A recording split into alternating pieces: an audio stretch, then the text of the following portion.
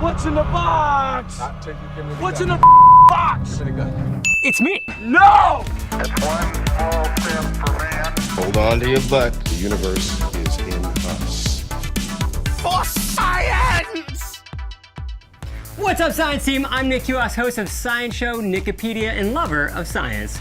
We're back looking at the science behind the magic and monsters of the mobile RPG Summoner's War. Today, we're joined by Robert Bean from Come To Us. Welcome, Robert. Good to be here, Nick. We're huge fans of the show, and I wanted to personally come by to introduce the next monster. We were so impressed with your throwing card experiment that we wanted to see if Lucian had any other tricks up his sleeve. For instance, the surprise box ability throws a jack-in-the-box at each of Lucian's enemies, giving each of them a weakening effect, including stun, glancing hit rate increase, and attack speed decrease. It's an effective crowd control move and helps to make Lucian one of the most sought-after monsters in the game. So today we'd like to see if it's actually possible to stun someone using a jack-in-the-box. Well, it sounds scientific and dangerous, so of course I'm in.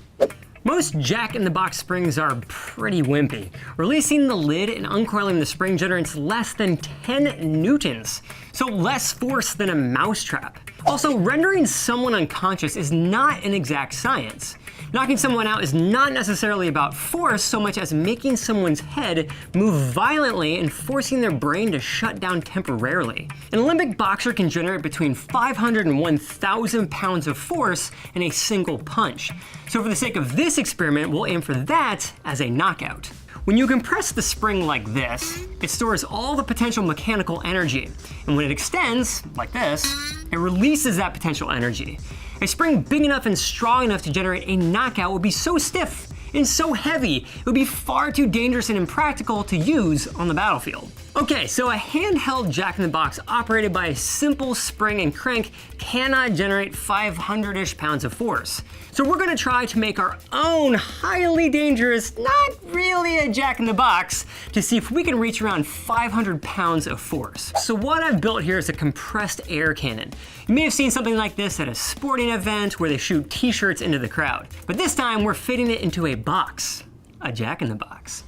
We use an air compressor to fill this reservoir with compressed air. You can control the pressure stored in this reservoir, which in turn will determine the distance that the tube will launch this projectile.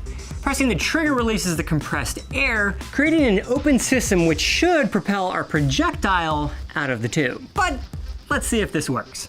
In 3, 2, 1.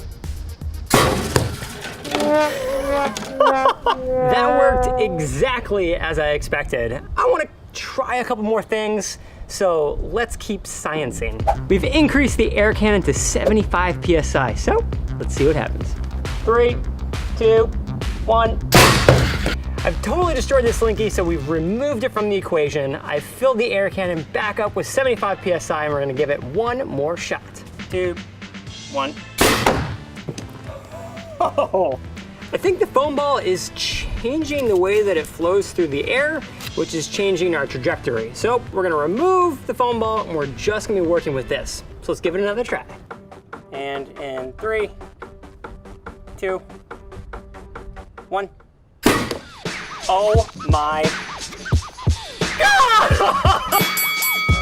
Our projectile totally smeared the watermelon. To understand exactly how much force was placed on the melon at the time of being hit, we need to calculate the impact force. This can be done by multiplying the weight of our projectile, 0.21 kilograms, by the rate it traveled squared, 7.56 meter seconds. We then take this number and divide it by the deformation distance, or the distance our projectile went into the watermelon. Since the projectile went almost its entire length into the melon, we can estimate the deformation distance at 16.51 centimeters, or 0.165 meters. When we do all the math, we calculate that the impact force was 72.7 kilonewtons. This means that the impact created a force 35 times that of gravity. We certainly delivered a knockout punch. We were successful shooting just our projectile at the watermelon, hitting it. Now we want to see what happens when we shoot it at point blank range. 2, 1. This worked so well. We were going for knockout and we got totally wrecked.